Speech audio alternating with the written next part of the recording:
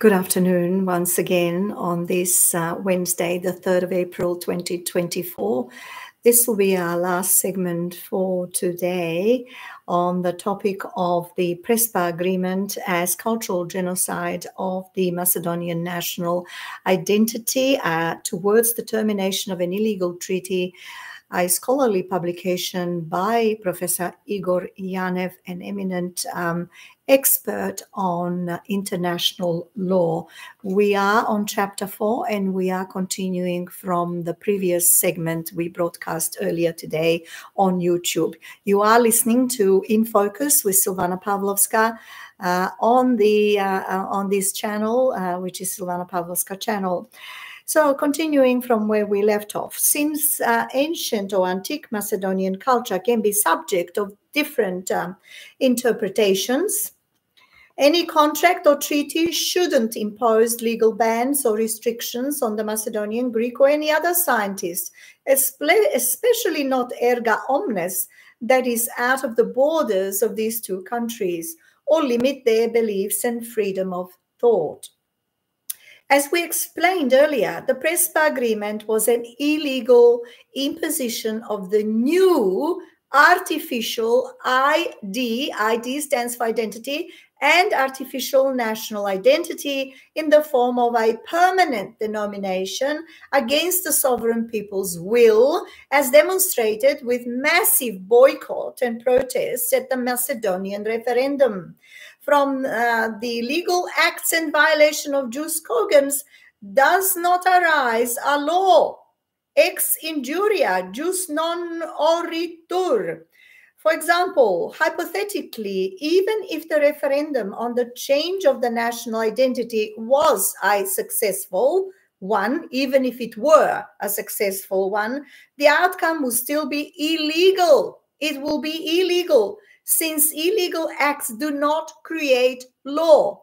I'll repeat, illegal acts do not create law, says Professor Dr. Igor Janev, since national identity and even the state's name per se may not be subject to external dispositive regulation or contract or even present people's will at particular moment in time.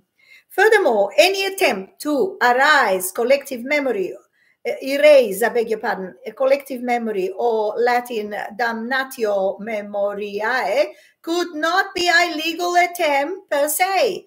Generally, any attempt externally to redefine the national identity or national culture or history, etc., should be considered as an illegal treaty or contract, or generally any such act or decision.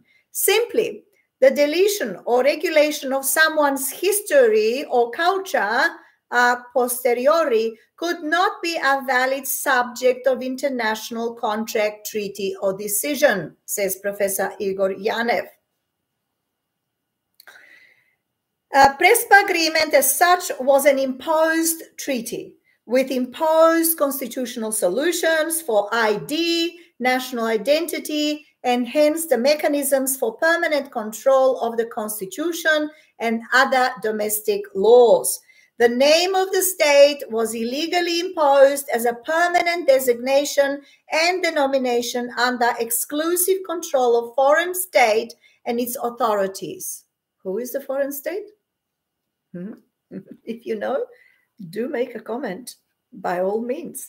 As such, permanent denomination replacing provisional one in the United Nations, the provisional one was the FYROM, lack legitimacy of people and therefore basic legality.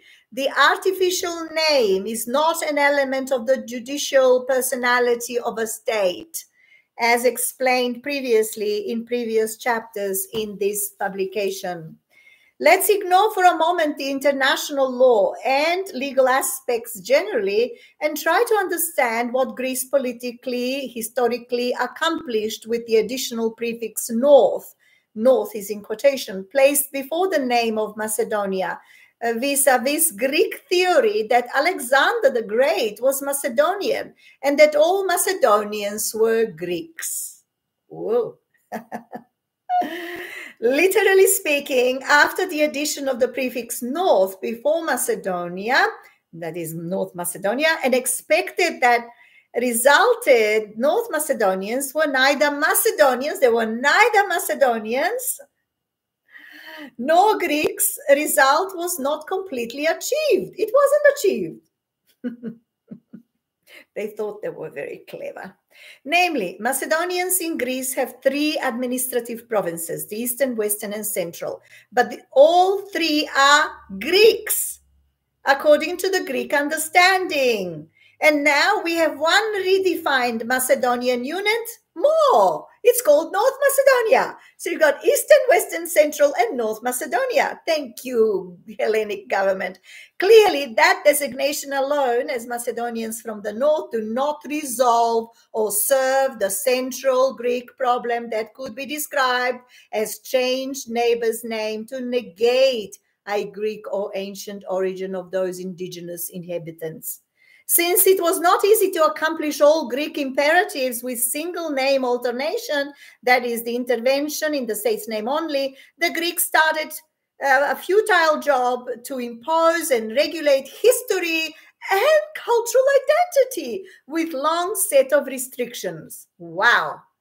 They don't know how to stop, do they? All in all, it appears that the result accomplished by the PRESPA agreement for Greece was a complete failure to prove exclusively over their identity with the contract as a tool.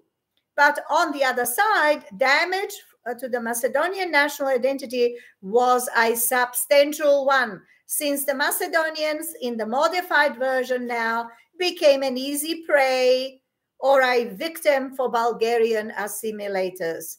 A damage by the Greek government was mainly motivated by the well-known traditional caprice nationalism, since the Greeks gained nothing and Macedonians lost their national identity. And more than that, Macedonian territorial integrity is now at stake too, says Professor Dr. Igor Janev. Furthermore, grounds for termination of the illegal PRESPA agreement could be a fraudulent behavior by Greece and external EU pressure or a blackmail by Greece, European Union, and the United States of America, promising a date for the start of the negotiations with the European Union if the treaty was concluded. And a delusional misconception and fallacy by the Macedonian party that the EU will keep its promises, including fundamental misperception that there is nothing wrong with the UNSC Resolution 817 from 1993 and the UNGA Resolution 47/225 and later the UNSC Resolution 845 from 1993. As we have demonstrated previously, all negotiation framework created by the UNSC Resolution 817, 1993, and the UNGA Resolution 47/225 from 1993 was ill-posed and illegal, since no one may be subjected to negotiate over its national name with anyone else. As a result of irrational or illegal framework for negotiations, the Macedonians naively were subjected to conclude a treaty with an illegal subject matter, such as the change or rather imposition of unwanted ID and from the people alienated artificial non-national name and a new identity entailing fundamental dependency on other states and blatant human rights violations. That outcome was mainly a result of the Macedonian misconception and striking lack of basic knowledge of international law, that is, Macedonians acting as delusional fallacy and logical misconception made renaming a treaty. Okay. I think that'll do for this segment. So this was the third segment on this day, the 3rd of April, 2024. We shall continue this week with more segments that are part of Chapter 4, contained in the PRESPA Agreement as cultural genocide of the Macedonian national identity towards the termination of an illegal treaty 2023 publication, scholarly publication by Professor Dr. Igor Janev. You've been listening to Silvana Pavlovska and In Focus with Silvana Pavlovska. Bidding you a good evening, and I'll see you soon.